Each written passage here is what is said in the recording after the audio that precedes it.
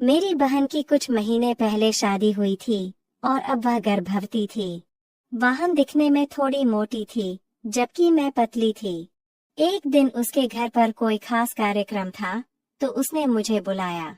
उस अवसर पर मैं वहां 10 दिन के लिए रहने गई थी और उन 10 दिनों में जीजू से मेरी अच्छी दोस्ती हो गई। बहन के मोटी होने के कारण जीजू उसके साथ कुछ नहीं कर पाते थे। इसलिए जब मैं 10 दिनों के लिए वहां थी, तो मैंने जीजू की इच्छा पूरी की और लगातार 10 दिनों तक उन्होंने मेरे साथ क्या किया, यह देखने के लिए वीडियो को अंत तक देखें। हेलो दोस्तों, मैं एक कार्यक्रम के सिलसिले में बहन के घर 10 दिन के लिए रहने गई थी। 6-7 बरस पहले ही उसकी शादी हुई थी। मैंने सोचा कि मैं वहां कुछ दिन ही रुकूंगी और वापस आ जाऊंगी। लेकिन जब मैं वहां पहुंची, तो मुझे नहीं पता था कि मेरी जिंदगी में कुछ चीजें हमेशा के लिए बदल जाएंगी, क्योंकि मुझे वहां बुलाने में जीजू का ही हाथ था। वे मुझसे वह सहयोग पाना चाहते थे जो उन्हें मेरी बहन से नहीं मिलता था। शादी के बाद बहन और भी मोटी हो गई थी। मैं उसे देखकर हैरान थी। बहन 35 साल की थी और मैं 26 साल की। उन 10 दिनों के बीच मेरा और जीजाजी के बीच एक अनोखा रिश्ता बन गया था। वास्तव में जीजू और मेरे बीच एक अलग ही रिश्ता चल रहा था। एक दिन बहन और जीजू बाहर जा रहे थे कुछ सामान लेने के लिए, तो उन्होंने मुझसे कहा, चलो हमारे साथ। फिर वे दोनों चले गए। कुछ देर बाद बहन और जीजू सारा सामान लेकर आए। रात में खाना खाने के बाद मैं अपने कमरे में बैठी हुई थी। तभी बहन के कमरे से कुछ आवाज सुनाई दी। जिज्ञासावश मैं उनके दरवाजे के पास गई और धीरे से दरवाजा खोला। वहां देखा तो जीजू ने प्यार से बहन को पकड़ रखा था, लेकिन बहन थकी हुई थी और बिस्तर पर सो रही थी। यह दृश्य देखकर मैं आश्चर्यचकित रह गई, लेकिन मुझे अपने जीजू पर तरस आ रहा था।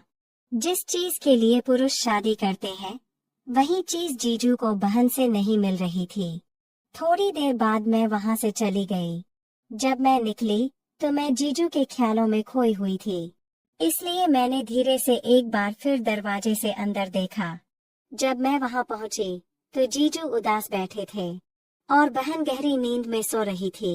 उस समय जीजू की आंखों में कुछ कमी थी और बहन गहरी नींद में सो रही थी। मैं जीजू को देख रही थी। तभी जीजू ने भी मेरी तरफ देखा और हमारी नजरें एक दूसरे पर टिक गईं। फिर मैं वहां से चली गई। सुबह उठकर सब लोग नाश्ते के लिए इकट्ठे हुए। जीजू और मैं चिपक के बैठे थे। मैं बहन का मजाक उड़ाने के लिए जीजू के पास बैठ गई। मेरे इतने करीब बैठकर बहन को जरा भी जलन नहीं हुई, बल्कि वो मुझे और जीजू को नजरअंदाज करके चली गई। उस मजाक के वक्त मैं जीजू के बिल्कुल करीब बैठी थी। मुझे कुछ पता नहीं था, लेकिन जीजू के मन में कुछ और ही बातें चल रही थीं। मैंने जीजू की तरफ देखा, तो उन्होंने मुझे घूर कर देखा, तो मैं थोड़ा डर गई और एक तरफ हट गई।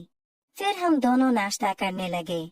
फिर जीजू बोले, पति पत्नी के कमरे में ताक झांक करना बिल्कुल भी उचित नहीं है। तो मैंने जीजू से कहा, मुझे आपके कमरे से कुछ आवाज आ रही थी, इससे मैं थोड़ा डर गई, इसलिए देखने के लिए वह आ गई थी। लेकिन आप बहुत निराश लग रहे थे। तब मैंने सीधे जीजू से पूछा, जीजू, आप उस दिन उदास क्यों थे?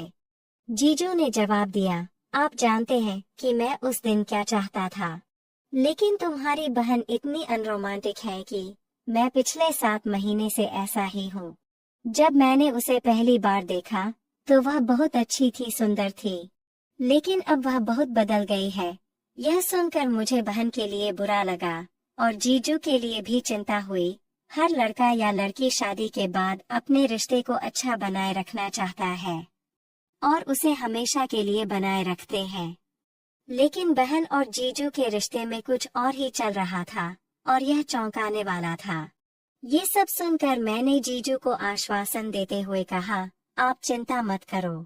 अगर आप चाहे तो मैं अपनी बहन से बात कर सकती हूँ। तो जीजू कहते हैं कि तुम इस बारे में बहन से कैसे बात करोगी, और अगर करोगी भी तो मुझे नहीं लगता कि इससे उसे कोई फर्क पड़ेगा। पहले मैंने उसके साथ प्यार से पेश आने की बहुत कोशिश की, लेकिन उसे इसमें कोई दिलचस्पी नहीं है। उसके बाद जीजू ने मुझसे कहा, अगर तुम्हें सच में मुझ पर तरस है तो मैं जो करना चाहूंगा तुम करोगी क्या? यह सुनकर मैं चौंक गई, लेकिन मुझे जीजू पर तरस भी आ रहा था। तो मैंने जीजू से कहा, आप जो चाहे मैं करूंगी, मैं आपके साथ हूँ। अभी तुम बहन के पास जाओ, सुबह बात करेंगे। इन्हीं बातों को लेकर जीजू बहन के कमरे में चले गए। फिर मैं रात भर बैठी सोचती रही। मेरे दिमाग में ख्याल आने लगे थे, क्योंकि बहन और जीजू के रिश्ते में सब कुछ गड़बड़ होने लगा था। पूरी रात मेरे दिमाग में यही चलता रहा। अगली सुबह जब मैं नहा रही थी तो अचानक वहां मेरी बनाई बहन ने मुझसे पूछा, तुम और तुम्हारे जीजू रात को अपने कमरे में क्या बात कर रहे थे? यह सुनकर मैं चौंक गई। बहन ने कल की बात सुनी थी और वह मुझ पर चिल्ला रही थी। फिर जीजू ने उसे चुप रहने के लिए कहा। वह चुप रहने को तैयार नहीं थी, क्योंकि उसके मन में कुछ और चल रहा था।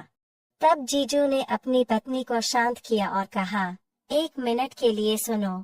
तब जीजू ने समझाया कि तुम्हारी बहन और मेरे बीच कुछ भी गलत नहीं है, क्योंकि तुमने खुद ऐसी स्थिति बनाने को मुझे मजबूर किया है।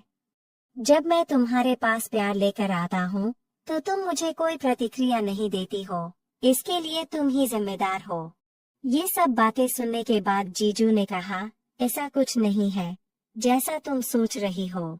मैंने पहले ही साक्षी को फोन कर दिया था। मैंने ही उसे छुट्टियों के लिए यहाँ बुलाया था, क्योंकि मुझे लगा था कि तुम ऐसा ही करोगी। फिर कुछ दिन बाद बहन ने खुद ही वजन कम करने की कोशिश शुरू कर दी और जीजू को पर्याप्त समय देने लगे। 3-4 महीने बाद बहन और जीजू ने मुझे फिर बुलाया।